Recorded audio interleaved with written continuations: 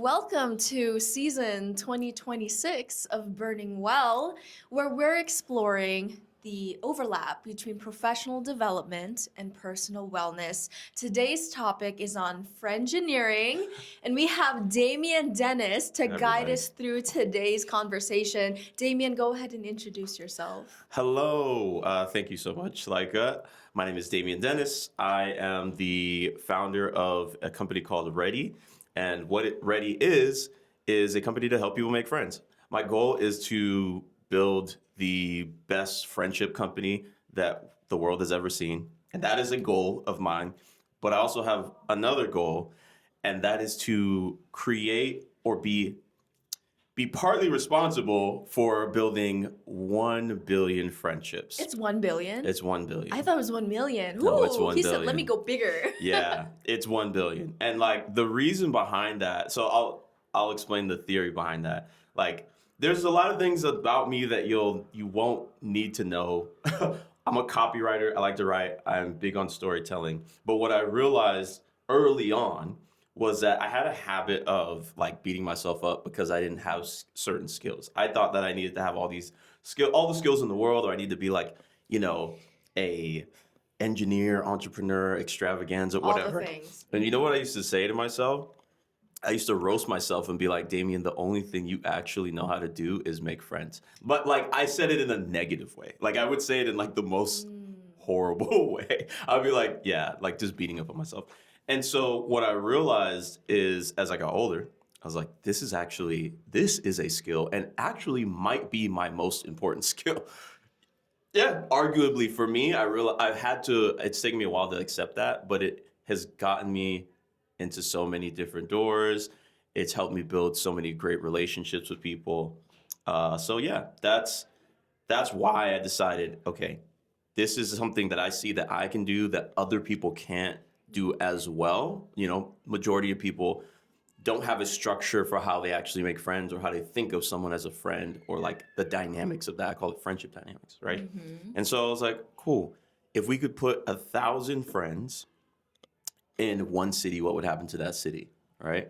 1,000 new friendships, like genuine friendships. I feel like that city would improve in a great way. And so what if we could do that all over the world? So that's how the number became 1 billion. And I was like, well, I'll just make 1 billion friendships. Yeah. So where is that vision right now in terms of the building of Readi? Right. So y'all will have to forgive me. I've had this dream for like since 2021, honestly, since 2020. In the middle of the lockdown, I was like, hey, if we actually get out of this and survive, if we survive whatever this is, I feel like people are going to be way more receptive to friendship and looking for that, right? It's going to be a need that people are trying to fulfill. It's not going to be dating. It's not going to be, business. It's not going to be like, it's going to be just human connection at the friendship level. So I was like, cool, I'm going to start this thing. Did a meetup right outside of lockdown.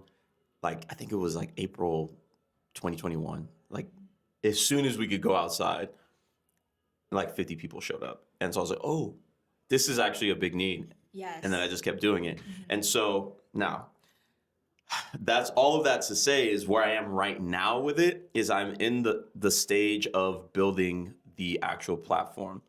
Don't know anything about coding or like, building things. But I do know about helping people build friendship, which is where the friendgineering comes from. And so I've kind of waited a long time from 2021, just doing meetups all the time. I was doing meetups for every week at one point. For like a year straight, I did meetups. And then sometimes like every other month in years subsequent. But now I think I've gotten over the fear of like, you can actually build this thing yourself. And that's what I'm going to do. That's what I'm building. And so very early stages, I'll have you be like one of the first testers of it. Yeah. But I think it should be valuable for people. How can people get involved or just get notified of updates about Readi? So right now, you can't. Oh, okay. It's secret. Well, not necessarily secret. It's just I've gone on a bit of a hiatus to try to think through other things. It's tough for me because I think that the most valuable part is just doing the friendship meetups. But if I just do that, it takes so much of my energy and time that I can't think about the back end of how I want to build this thing. I want to add too that these hiatuses happen to people a lot more often than you think. You might just not be tracking it. Like a change of interest, or when you drop something and then you pick it back up in a later season of life. And those are so valid. And the friends that are there for you, who will wait for you during your hiatus and then jump back in once you're ready, like ready. Yeah.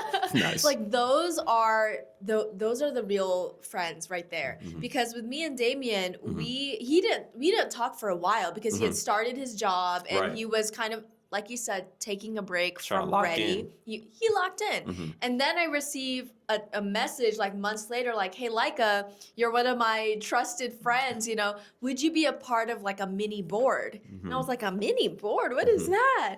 And he was telling me, like, honestly, this might sound a little selfish, but I realized that I'm a lot more productive when I have accountability, which is a very ADHD tactic, that body doubling, but like double the double. Because there's how many people are on the mini board now? I think maybe like 7. 7? Yeah, okay, about so 7 strong people. and mighty, you know. Everybody has their own little lane that I trust their opinions from. So let's actually jump into that a little bit more. Yeah. So let me pull it up. Yeah, the mini board. What is that? Because I've never seen anyone do it before, but it sounds so wise. Yeah, well, I got it from. It's not necessarily my concept. There's a concept called your personal board of directors, and it's basically the first place that I heard it was from Lorenzo Gomez. He's a local entrepreneur extravaganza here in San Antonio. He's worked at Rackspace and then Geekdom. He's written a few books. Great guy. And one thing that I remember him saying was that you should have a personal board of directors, and that's a group of people who you trust to make important decisions about life, right? And so I thought that was genius. You know, if it's like, and he's like, you can put anybody on that. You can put somebody who you know, a mentor. You can put your parents. You can put friends. And so I've heard other people, after I heard him say it, I've heard other like entrepreneurs talk about doing that too. It just makes sense, right? It's just like you got to have your people who you go and talk to stuff about, and hopefully they're smarter than you so that you know they can help. And so I was like, ooh, I can actually do this for Readi. I can take that concept and just make it specialized for Readi, right? And so that the cognitive load on y'all is that anything I'm asking in this group chat is just about Readi. So that kind of takes off, oh, you know, do you need help with life and stuff? It's like, no, it's just Readi. There's no memes or GIFs other than this is work that needs to be accounted for. Exactly. So it's just straight, I'm asking questions or I'm giving updates. In fact, Sunday is the day I'm supposed to be giving updates. So maybe I'll get an update later. But yeah, so that's the mini board. It's very simple. There's no legal, like writing things down or anything. Like, I'm not worried about y'all taking my ideas because I trust you. Y'all are actually my friends. Vetted. Every single one of y'all is actually my friend. Like, it's just a way to ask for help. So that's takeaway number 1. Could you build your own personal board of directors? Now, for those of us who are like, well, I actually struggle to make friends, so I don't even know where I would begin to start creating my personal board of directors. What advice would you give to someone who is actively trying to make friends, but they just keep running into different challenges?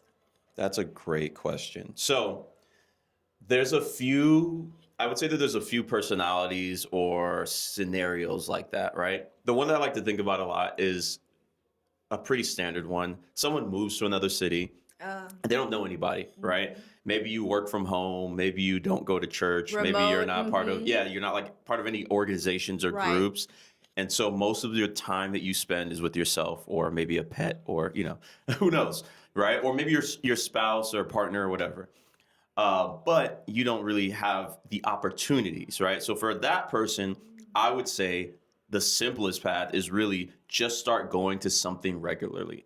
Whether it's a coffee shop, whether it's a yoga meetup or a brainstorming group or, idea lab, whatever you're into, rock climbing, whatever you like, that's where you need to start. Just start where you like.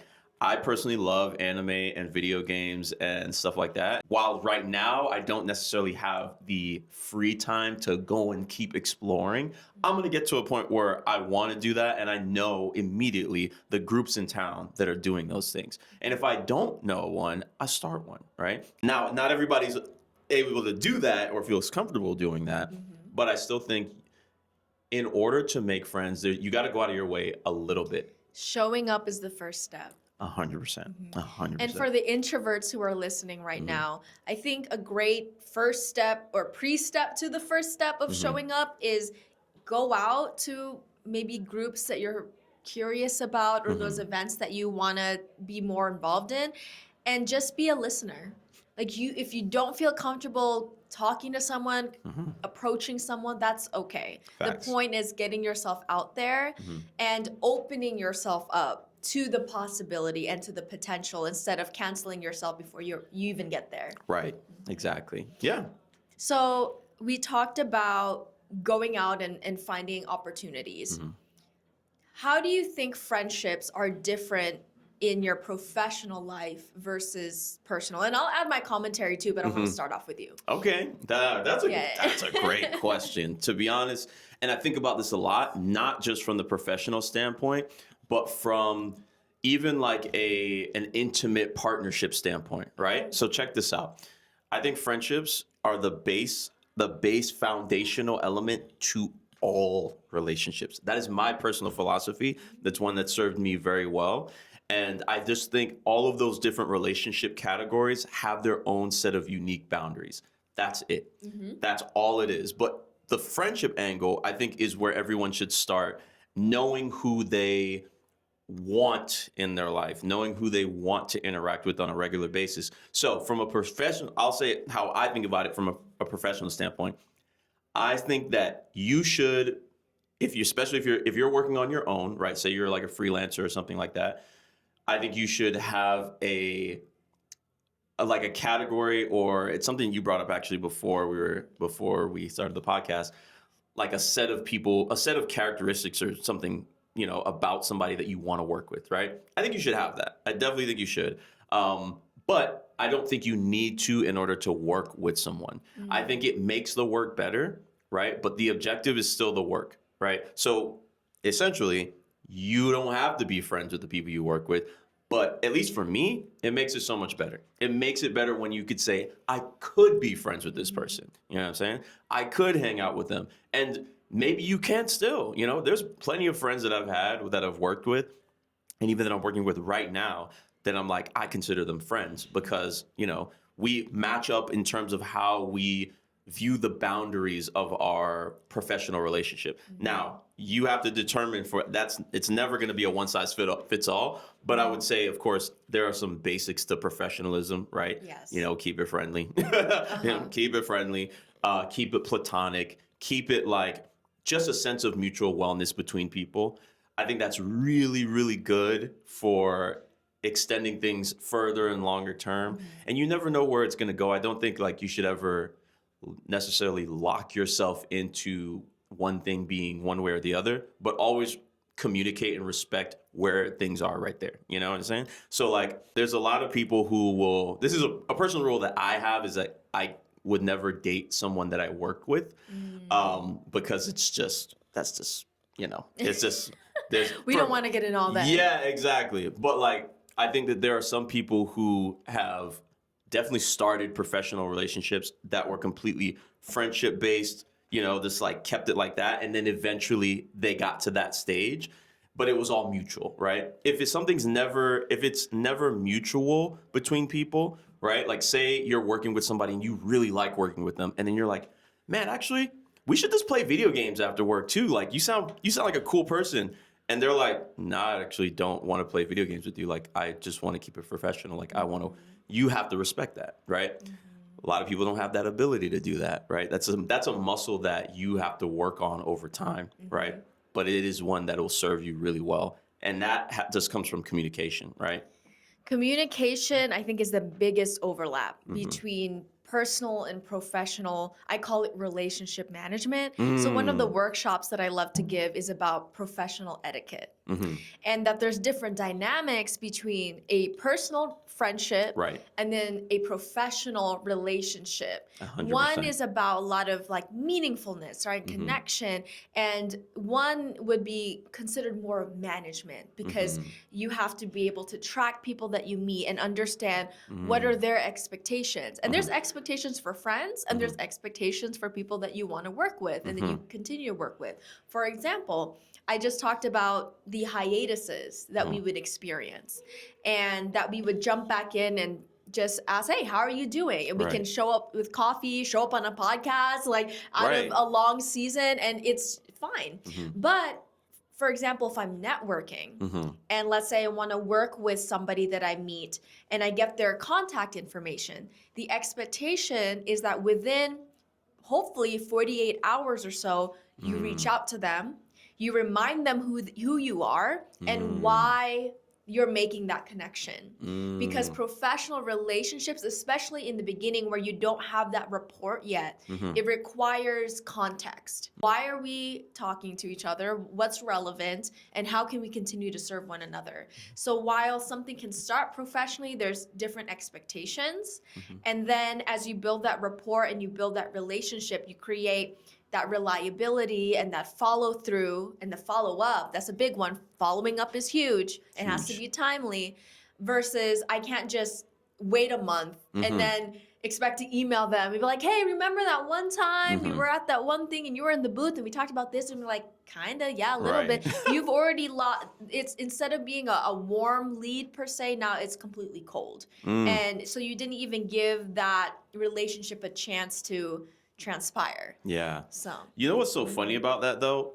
All of the things that you just said translate perfectly into like just making friends. It's just foundational because the thing is we live in a time where, you know, starting from the MySpace days, right? Where you could just add somebody as a friend and they're your friend. I remember my Hello Kitty wall. Yeah.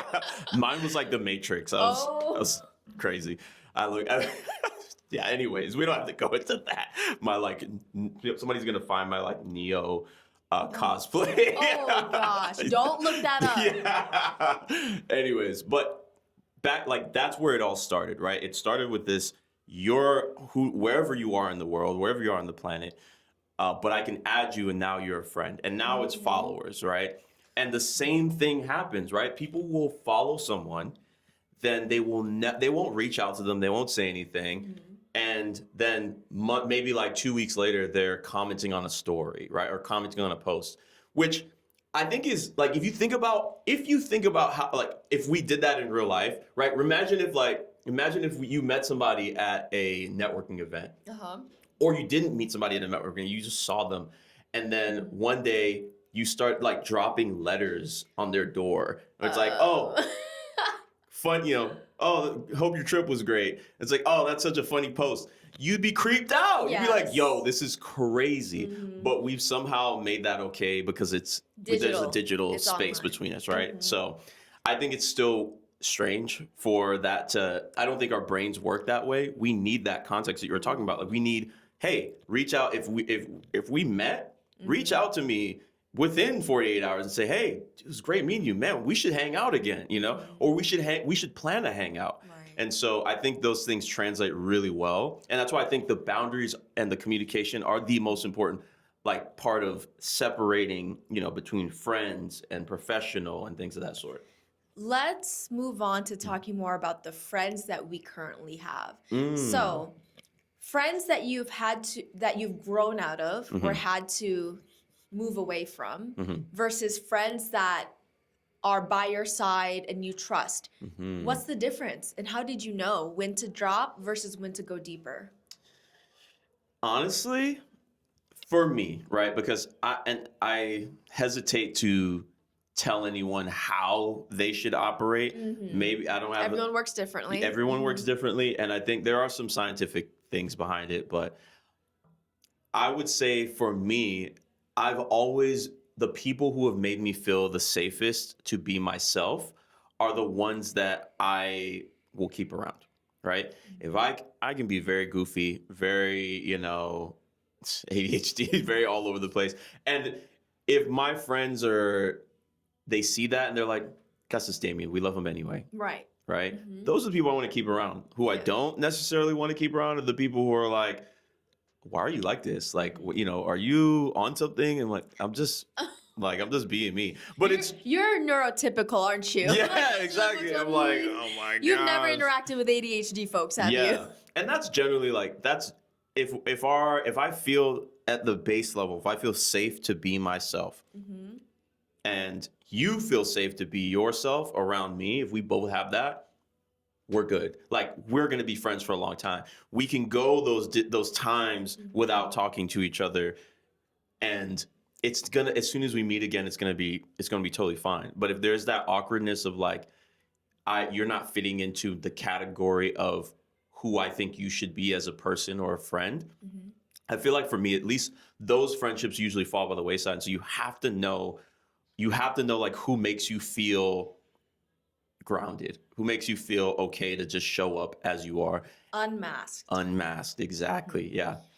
I was just having a conversation with one of my coaches, shout out to Colleen, and we were talking about the ingredients of how we function and how we work.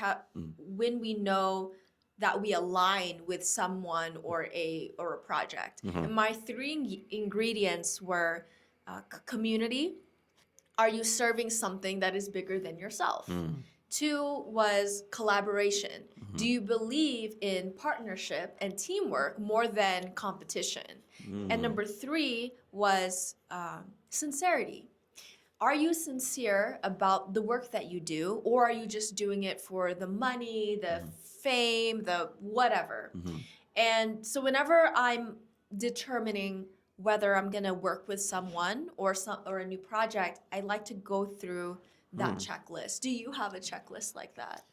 Not necessarily. So there, once again, I think I'm there's really just that one thing for me, is how safe do I feel to show up as myself? Safety. That is like the big thing. And that's honestly what, I've decided that I want to be the North Star for building Ready, is safety at all from onboarding to the user experience That's to so the important. after experience. That will be the one defining thing, and how I want to take that to the market. And so for me, that can be, a few things, because there's a lot of different types of safety. There's physical safety, obviously, right? Like, if I feel like you're going to stab me from across the table, or like, hey, I'm just, I'm not going to feel safe, right? If I feel, there's social safety, right? If I feel like you're going to make me feel vulnerable in groups of people, or if I feel like you're trying to tarnish my reputation socially, I'm not going to feel safe. There's psychological safety, right? Even like just the way that you talk to someone, how you make them feel about themselves, that's really important too. And so those are the things that I look for. And I don't just look for it for myself, I look for it for others. So if I see someone is also making someone else feel unsafe, Yes. that to me is a huge red Red flag, flag. and I don't want to hang out with them either. I'm like, oh, this is how you treat people? You're a bully. You're a bully. Like, I don't want to hang out with you, or I don't want to intermingle my aura or my energy with yours, because I know eventually down the line I'm gonna feel unsafe too.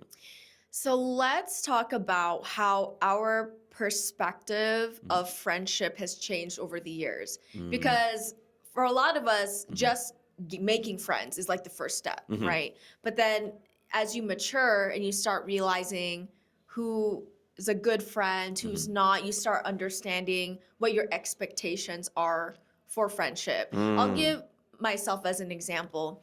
I would confess that I only had a real group of friends in my early 20s. Like, once I finally reached my early 20s, I found a group through a business networking group.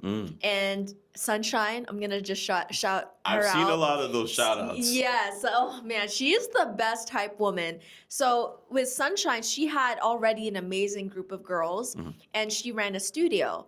And one of the things that we worked on together was how do we bring community into this studio? Because as creatives, we thrive when we're around like-minded people who celebrate and support our growth as creatives, as people who have, bigger aspirations for ourselves. So that group was amazing, and I miss them. That's the number one thing I miss about Las Vegas is that girl group. Is that group? That's cool.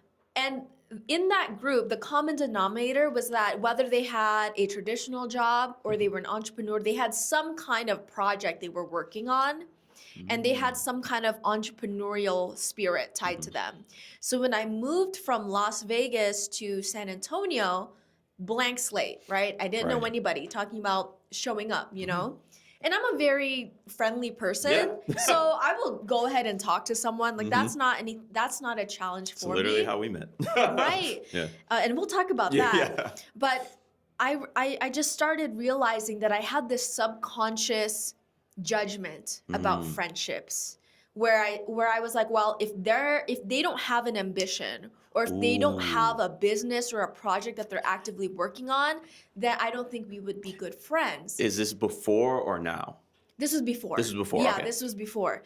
And I remember having a conversation with my boyfriend's dad about it because they have a lot of different kinds of friends. So I asked him, like, I don't seem to be connecting with people who aren't business owners. Why do you think that is?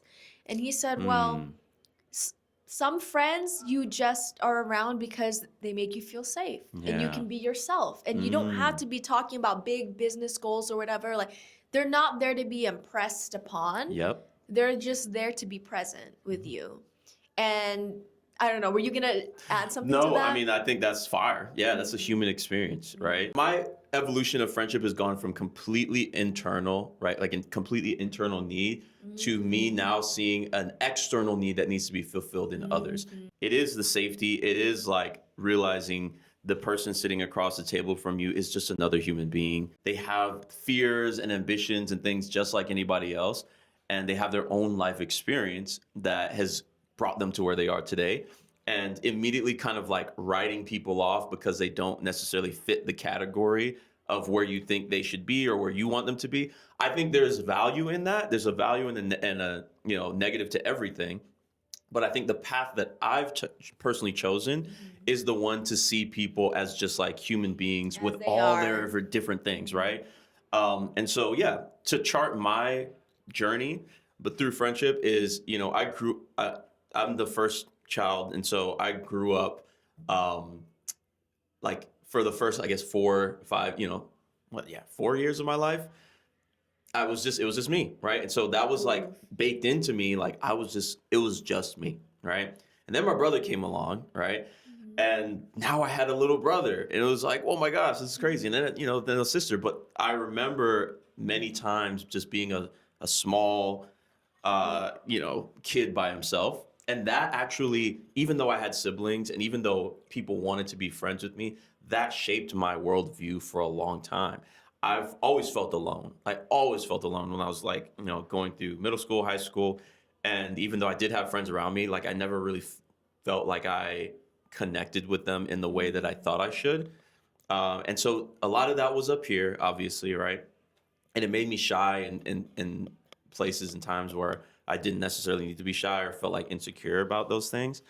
But what I realized eventually when I got older was I had to learn about myself and find value in myself and realize that people wanted to be friends with me just because I was me, right? And so that I went from that place of always being in my head, always thinking that like I didn't have any friends or I was always being shy, to going to that place where I was like, man, I'm seeing the other people around. I'm seeing what people see in me. And it took me years. I'm telling you, probably like until I was like 22, really. I'm 33 now. And it took me a long time to accept that, really accept that. Maybe even later, maybe 25. But, sorry, go ahead. You were gonna say No, I was just going to bring up, I'm an eldest child too. So I didn't even realize that until now. And I think you've mentioned you had siblings, but I didn't know the order. Yeah. Yeah, so I know that there's going to be a lot of eldest children probably listening to this. And what I've noticed about meeting other eldest children is we always prioritize other people first. Isn't that Like wild? that's our default. Yeah. Are you okay? How Yeah. are you feeling? How can I take care of you? We're hyper vigilant Yeah. about how everyone, and that makes sense why you're a community leader, because you ensure everyone feels included. Yeah. And don't know if that's trauma or whatever Oh, that is, geez. but now yeah. I'm realizing one of the things that I value because it was something I lacked growing up are friends who empower me to choose myself. If I don't feel ready to go out again, maybe Even because just I had a hearing that. busy week, they're like, hey, that's fine. I'll just see you next time. Oh. Like people who are love those people. flexible, or if they hear that you're not feeling well, they bring you soup, or they give you like a little like a knit, like a beanie or something because it's cold outside or whatever. Like The best. just the thoughtful things like that. And what's crazy is that they don't ever make you feel like you owe them one, but there's an innate desire to give back. And it's just that natural exchange of compassion that I love so much. I'm trying not to get hyped because that's facts. Yeah. And like that's literally how I live my life. I don't expect anything from anybody, right? The only thing I really expect is respect. Respect. Right? Yeah, that's the thing. That's a baseline. baseline. Yeah. If I like respect is really it, and that's not asking for too much, by the way. Respect is baseline. No, Down here. that's the bare minimum. But like, yeah, that's so true because I love it when my friends are like, "Yo, don't worry about what time you text me back. Ooh. Don't text me back. Like, you text me back whenever you want. It's an email, essentially, right? In your hands, like it's an email." And I've always felt like, I don't care what time you text me back. Like, you can text me back next year. I don't care. Like, can we pick off where we left off? Like, can we pick up where we left off? Yes? Cool. Then we're good. Like, that's how I like my friendships. I know not everybody's like that. That's anxiety inducing for some people. They're like, what the heck? How do we know we're friends? You know? But I do think that for me, it allows me also to have more friendships in my life too, that I can still nurture in my own way, but you have to know what type of person you are, and got to make friends like that. Because if you make friends with somebody who's like, I have to know where you are and talk to you all the time, it's just not going to work out in the way that you think it's going to. That's why you have to make it clear early. Communication. That those kind of expectations, or not even per se, because expectations, people think it's like a negative connotation. Yeah, but everybody has expectations in some way. Standards of, interaction, like how do we want to build this relationship up? 100%. I'll give you an example. I had a friend that I made at the gym, and we were just texting, I think, back and forth. But as somebody who has ADHD tendencies, I'm not the best when it comes to responding in a timely manner. But when I do respond, you're going to get a long message or a voice memo or something, because now I'm in a headspace where I can give your message full attention and then respond back. And a lot of my friends function that way too. I'm the same way. And I'm not even mad. I love getting voice messages. Yeah. I'm like, sweet. Oh, I get a personal podcast. Yeah. Like that's how I feel about it. So my friend, she was texting me about her dog being sick while I was away on vacation. And when I'm on vacation, I'm doing like a bunch of things. I'm doing my thing, yeah. And so I told her, I'm so sorry that happened. Let's talk about it more when I come back. A week later, I come back from that vacation, and she is angry with me. And she gives me a silent treatment. What dang? And then she said, well, I'm upset with you because my dog was sick and you weren't constantly asking me how I was doing.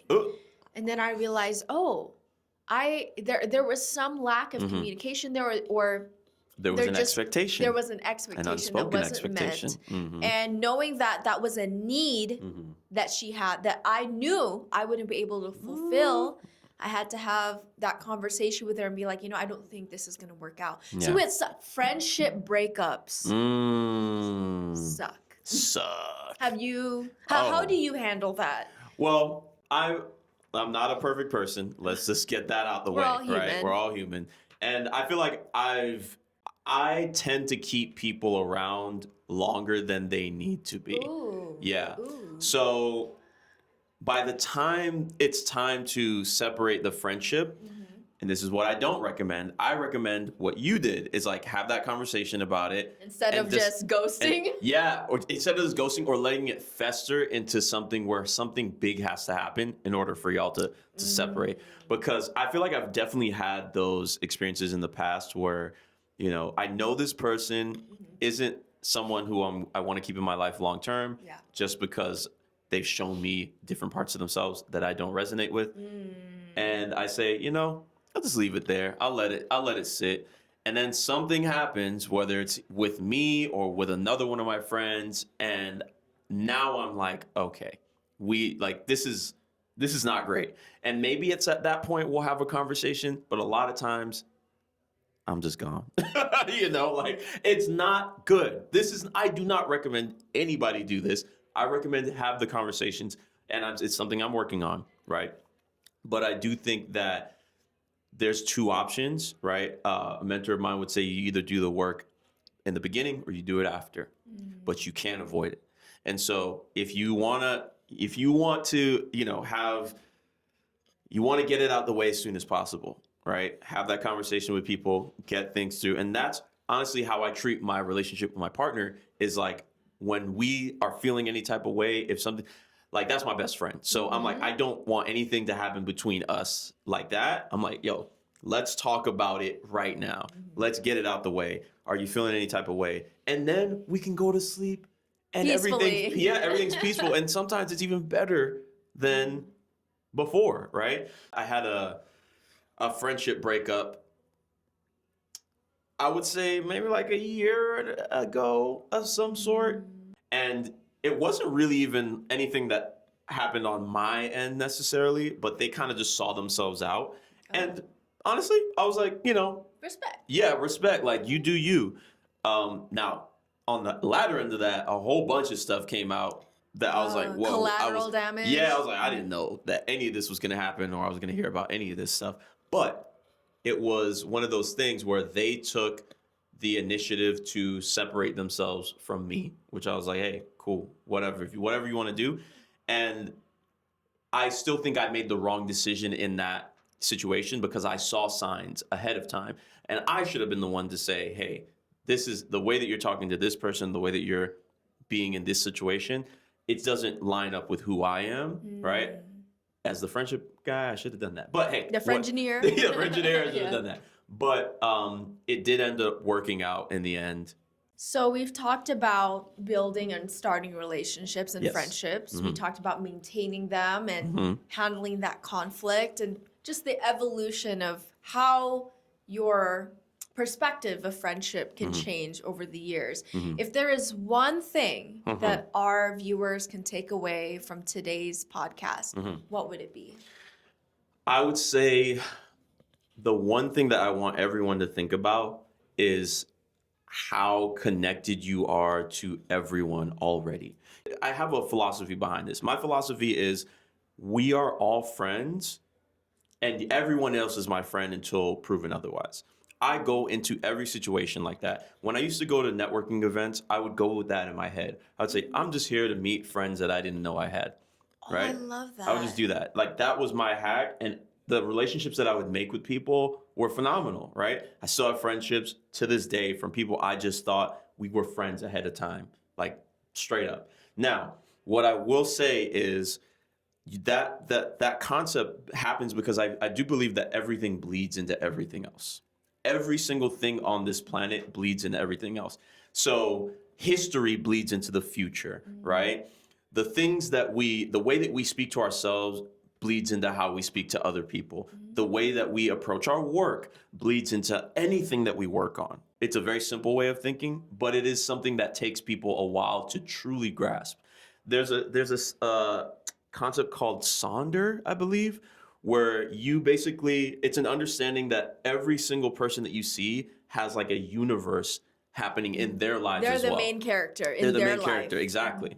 And once you can really embody that and understand that, it makes everything easier. It makes building relationships easier. It makes like friendships, business. It makes everything, you understand a core facet of everything. The way that you treat yourself is the way that you have the capacity that you have to treat other people, right? You'll understand the way that you treat other people too is the way that you treat yourself. Your thoughts, your words, your actions, all are in one circuit. So when you have cognitive congruence, that's when your thoughts, words, and actions are aligned, because all those things bleed into each other. And so if you can take that with you with your friendships, if you know that you suffer from not being able to talk to yourself kindly, try to talk to others kindly, and it will bleed into the way that you speak to yourself. Or vice versa. If you have trouble making friends with other people, treat yourself as a friend, and that can translate into treating others as a friend. For me, the way that that's evolved is that I've realized now that friendship is actually a tool for resistance. Friendship is a tool for fighting back against oppression. The thing that is bleeding into everything else, right? Media, right, is a training tool for society. If you think about it like that, now people might be like, "Oh, you And it sound a little creates political." a lot of divide. It does. It does. If you can take that and realize that that's what's happening and that's bleeding into every aspect of your life, the more narratives in that category that you hold on to and believe in, that's going to bleed into so many different things. It's going to separate you from your family. It's going to separate you from your work. It's going to separate you from even just, the way that you take care of your kids, anything. And if you can take that and flip it and say, okay, what if we just treated everyone in the world as a friend? You don't have to be friends with everyone, and that's impossible, right? If you can have a sense of friendship for every person on the planet, you're already ahead of the game. You're already ahead of the game. And you can go as deep into that as you want.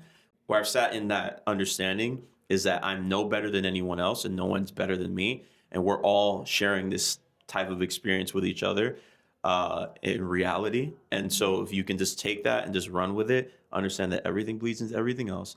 You already have friends out there that you don't know yet, right? You just don't know them. And yeah, just run with that and feel good about life. That's it. And we can learn something from everybody, is just 100%. what I tack on there. I think a really great quote to wrap everything up is that you are the sum of the 5 people that you hang out with the most or that you spend the most time with. So they're bleeding into you and you're bleeding into them. Right. So I think that's a great exercise that our audience can take away is sit down and figure out who are those 5 people that you hang out with the most. What are their values? What do they say out loud? And what are their actions like? Do they align with who you are and who you want to become? And if not, how can you start creating intentional changes to help reconstruct your environment and the people that you invest time with? So thank you for coming in today and teaching us about friendgineering and all the different skills and experiences that you've had in building friendships. How can people connect with you? So you can follow me on Instagram. It's THEMACADAMIEN. You can also follow Readi. It's at GETREADI. Get Ready on Instagram as well. There will be updates in the future. So you can follow for now. And you'll see the little we're on hiatus message. But what I'm planning is a way to help take the way that I make friends, put that into a little package, and gift that to humanity, really. Thanks, Lyka. Awesome. Thank you for coming in. We'll see you guys all in the next episode of Burning Well.